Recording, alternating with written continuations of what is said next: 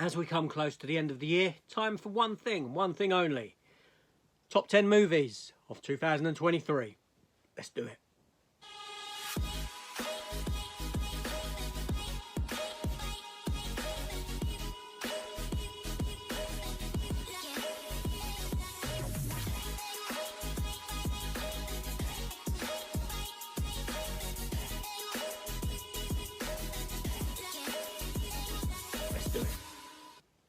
Hi everyone, welcome back to the channel. Welcome to my top 10 movies, my favourite top 10 movies of 2023. Those films that hit the mark for me, those that I really enjoyed, those that left an emotional punch, that sort of a thing. And then at the end, I'll talk about a couple of films that nearly made it, but didn't quite creep in. Now, you've got to remember, this is my opinion and only my opinion, and art is subjective, and there might be films on here that you would put into your worst movies of top 10. I have that video coming as well, and I'm pretty sure a lot of those will be somewhat controversial for people as well. But they didn't work for me. But that's not it. We're here for the ones that did. That certainly did.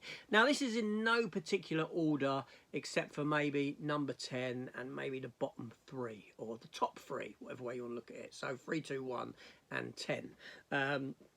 The others are just sort of scattered around as can be, and can be sort of interchangeable. So let's get on with it.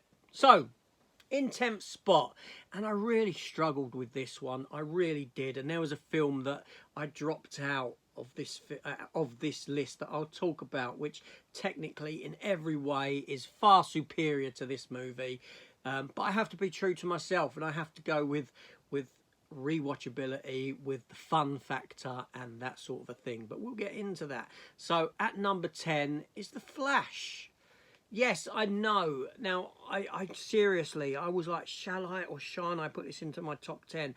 Because I know it's a film that was very divisive. A lot of people hated it, but I loved it. I loved this film. I was critical of the special effects and this sort of a thing. I know that what Warner Brothers done, what DC done in this movie is dreadful in a visual manner, right? And there's no taking away from that. It truly is. But I'm a big comic book fan, and I've been looking forward to The Flash for 8 years. It was 8 years ago that this film was announced. In fact, this film was actually announced when season 1 of the Flash TV show had just started. And I thought, well, that's a bit odd. You've just started a TV show, you want the focus to be on that, and you're going to try and steal its thunder by announcing a Flash movie. I don't understand that whatsoever. Lo and behold, 8 years later, the Flash TV show comes to an end that it did this year with its 9th season, and we finally got the Flash movie. Now, I know there's a lot of controversy surrounding this film, in that being Ezra Miller and his antics outside in the real world. That doesn't really bother me, regardless of what he does. Yes, he's quite a not a very nice individual. I don't particularly like him in real life. But at times, I'm good at separating the art from the artists. And I had fun with this movie, and that's what it comes down to. I had fun with it. I enjoyed it from beginning to end. It was very much a kind of epilogue to Zack Snyder's the Zack Snyderverse. So it kind of sits nicely for me there. The return of Michael Keaton I thought was great. I liked the actress who played Supergirl. I thought she was very good.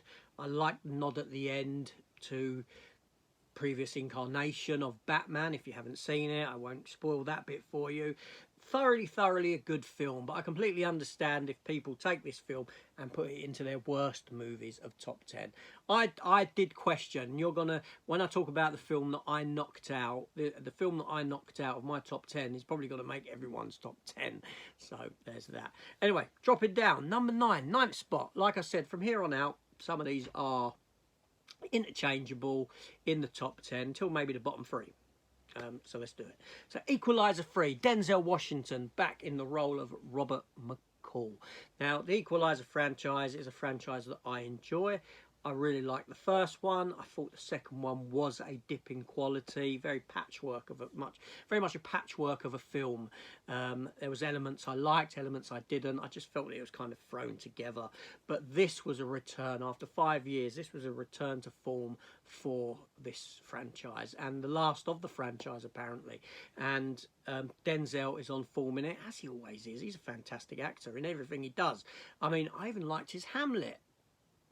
But yeah, so a great film, great action, a nice setting, being all set in Italy. A film that I really need to watch. I've only seen it once. I need to watch it again because recently picked it up on 4K Steelbook. So yes. Then number 8 spot, a film that I really shouldn't have been interested in at all, but I watched it and I loved it, and that is the movie Air, starring Matt Damon, Ben Affleck. Now, I don't care about Nike. I don't care how Nike... I like Nike trainers. I don't care how Nike signed Michael Jordan. I really don't give a toss at all how they signed Michael Jordan. Not interested. But yeah, I sat down and watched this film based upon its cast, and a thoroughly enjoyable movie it was too. Well written, well directed, nice little sense of humour to it. Much like Michael Keaton in The Founder. Again, I don't care how McDonald's was formed. I just really don't care. But it was a great film. And this has that. This has that factor to it. And yeah, just, what can I say? Thoroughly enjoyed it. Now, dropping down to my 7th spot, and from Guy Ritchie, this film, and it is called Operation Fortune. Yeah, starring Jason Statham, Aubrey Plaza, and Hugh Grant. Now, this has got that Guy Ritchie flair to it. It's that sort of a movie. Yeah, the Guy Ritchie's this film here. It's a kind of action spy, tongue-in-cheek-esque kind of a movie. Everyone in it is on top form under the direction of Guy Ritchie. Hugh Grant gives a performance on par with his performance in The Gentleman, obviously from Guy Ritchie as well. And yeah, another film that I really need to give a rewatch to very soon. Then number 6 spot, The Unlikely Pilgrimage of Harold Fry. A very small film, British film, based upon a book of the same name, which I haven't yet got around to reading, but I want to read it after watching this film. This film stars Jim Broadbent and Penelope Wilton. Jim Broadbent's he's an old fella now, and he's retired, and his life is very humdrum, and he gets a letter saying that a friend of his that he used to work with is dying of cancer. And this affects him, and he goes out for some milk, and then just out of the blue he starts walking. He goes on this pilgrimage 500-600 miles away. He walks to this woman. He wants to get to her, but by foot, because he wants her to know that he's coming, and he wants her to stay alive for him turning up. So he walks it, and it takes him weeks and weeks and weeks to get there. And along the way he meets interesting people, forms friendships and this sort of a thing. Very much a little element of Forrest Gump in there, in the sense that people start following him, like when Forrest Gump goes on his run. But yeah, powerful performances, a powerful, emotional, impactful story. A nice little film. We only got a DVD release for it in this country, unfortunately. No Blu-ray release, but I did pick the DVD up. I had to, because I loved the film. 5th spot, from Guy Ritchie again, The Covenant, starring Jake Gyllenhaal. How do you pronounce his name? Now, this is a film set in Afghanistan, at the time when the Americans were in Afghanistan, just as they drew out, and it focuses around an interpreter that saves the life of Jake Gyllenhaal's character, carries him for miles and miles injured across the harsh wilderness landscape of Afghanistan, to get him to safety, for him to then be transported home, only for his interpreter, and as the Americans did, they abandoned all these interpreters out there, who then got hunted down, and A lot of them executed, had to go into hiding, and then Jake Gyllenhaal goes back out there to rescue his interpreter. Now, being a Guy Ritchie film, it hasn't got that Guy Ritchie flair to it, you know, the quick-witted dialogue that Guy Ritchie is known for, or anything like that. It is more of a straight-laced movie in that sense, but wow, and an amazing film. So drop into 4, or going up to number 4, whatever way you want to look at it. Tom Hanks, very dependable actor, and very much so in the movie A Man Called Otto. Again, I watched it. I was in tears at the end of this movie, okay? That's enough. That's all I've got to say. I was in tears at the end of this movie. I was weeping like a baby. That's all you need to know. It had that emotional impact on me.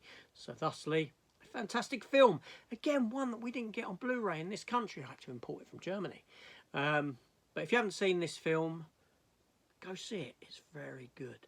And then number 3, a film that came out of nowhere. A film that was gifted to me as a bootleg and said, watch this. Okay, I'll watch this.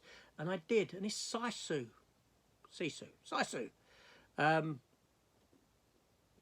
World War II, at the end of World War II.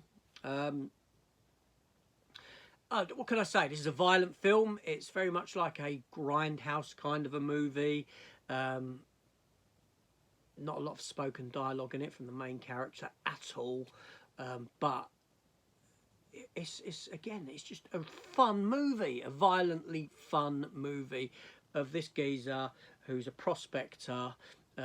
He used to fight in the war. He's now left that. He's prospecting for gold. The Germans are retreating from wherever it is that they've occupied, and they come across him. Bit of an altercation. They start hunting him down. He starts killing Nazis in a very violent manner. What more do you need? It's a fun film, a very good film. If you haven't seen it, go check it out. I know I probably wouldn't have checked this film out if it wasn't sent to me as a gift. I did get the steelbook afterwards. No, I didn't get the steelbook. I got the standard 4K. Steelbook is very nice. I didn't get the steelbook. Import it. I wanted to. I got the standard 4K. Anyway, it's just a fantastic film. Go and see it. And then number 2, Mission Impossible: Dead Reckoning. I think this film probably stands as one of my favourite in the Mission Impossible franchise. Not least of all because of the inclusion of Hayley Atwell, who I think is a wonderful actress and very attractive as well. But I don't know, this film just done it for me. I think it's a thoroughly enjoyable movie. There are some better stunts. Okay, you know, you got the stunt in this where he drives off the cliff and that sort of a thing. There are more impressive stunts in some previous films that I've seen. I mean, I prefer the climbing of the Burj Khalifa building, and I prefer the hanging onto the side of the aeroplane, that stuff, over this jump. But as an overall film, I think this film just thoroughly worked for me. It's got a fantastic cast in it. It's got fantastic action. It's got a story that just keeps me intrigued whilst I'm watching it, and I really did enjoy it. And then my number one spot has to go to Barbie. I'm kidding. It's not Barbie. I enjoyed Barbie. I bought 3 copies of it. I did. I got 2 steelbooks in this special edition release. But I don't know. I had fun with it. That's all. Not on my first watch so much. I questioned it. But on the second one, you know, I had fun with it. But no. So my number one spot goes to Across the Spiderverse. Yes, the animated Spiderverse movie. I love this film. I love it. I loved the first one. I adore the first one. I think it is a fantastic movie. I love every aspect of it. And the same goes for this second one here. I can just watch this film over and over, and I'm intrigued by the art styles within it, with what they do, the characters. I'm seeing these characters on screen as a comic book fan that I wouldn't have ever expected to see. Spider-Man 2099, I don't particularly like the design of Spider-Man 2099 in this movie, but I like the character of Spider-Man 2099. All these other characters popping up. Fantastic stuff. Really is. And what I really love about these movies is that when I watch them, I can see them as a live action movie. You know, there's more emotion, there's more character in these animated characters in these films, in these Spider-Man films, and what there are on the big screen, even in the Spider-Man films. In a lot of films, in most films, this is such a well-developed style of animation and writing that these characters come across as human. They come across as real people, not as I'm watching animated characters. They're real people to me when I watch it. That's how well these films are made, how well the writing is, how well the little nuances are in all the characters within this film. And marvellous stuff. Yeah, fantastic. So there we go. There's my top 10 movies for the year.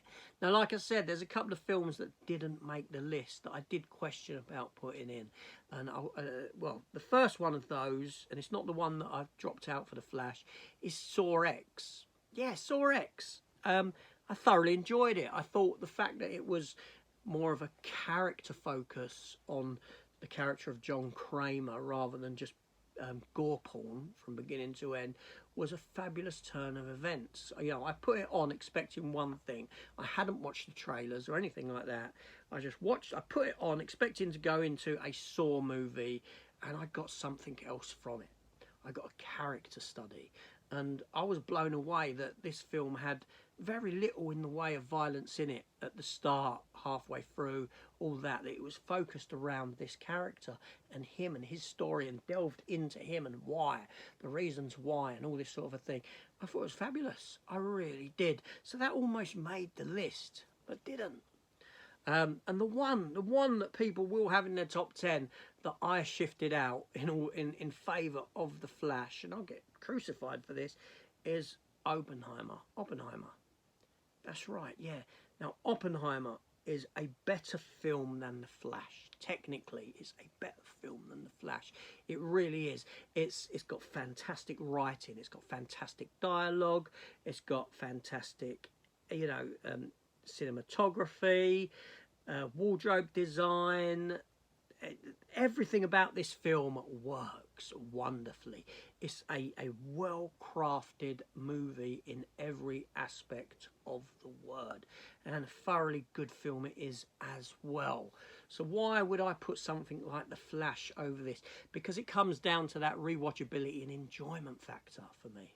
That's what it comes down to. Now, Oppenheimer, as great a film as it was, and it truly really is, I can't see myself watching it often, because it's not got that entertainment factor for me. It's like watching a history lesson, and I'm not going to watch a history lesson for fun, if that makes sense. I'm not going to sit down with the missus and say, let's watch a film tonight, let's get entertained, let's watch a film, let's watch Oppenheimer. No. It doesn't work on that level for me. You know, I'd rather watch The Flash, give The Flash a rewatch, because I have fun with it. I'd rather watch something like Con Air because I have fun with it, and it's enjoyment. It's more faster paced. If I want something slow paced, more thought provoking and this sort of a thing, and Oppenheimer is thought provoking, especially in those last couple of minutes, I'll go with Oppenheimer. But that's not going to be very often that I put that film on and watch it. I did get the Steelbook. I still question kind of why I got it, because I know it's a fantastic film, but then I know I'm not going to watch it for a long time. So it come down to that. It literally, that's why I shifted it out. So I recognise that it is a better film than The Flash, but I have to work on what's right for me. And I filmed this twice. Because I did put Oppenheimer in that 10th spot, and it just didn't sit right for me. I felt like I wasn't being true to myself in that sense, so I ejected it for The Flash. Art's subjective, isn't it? And that's what I'm saying. So there we go. There's my top 10 films for the year. I'd like to hear your thoughts on some of these. I'd like to hear your thoughts on those films that you loved from the year. What were your favourites? Let me know in the comments down below. I will be doing another top 10 worst films, or Well, it's going to be a worst stroke most disappointing movies of the year, because some of them might not be bad, but just downright disappointed me. And others will be, I hated this film kind of a situation. Do you know what I mean? So kind of a mixture of that. And there we go. So that's it. Thank you for watching. Remember, comments down below. It's always welcome. Fantastic. And I'll see you very soon. So take care all. Goodbye.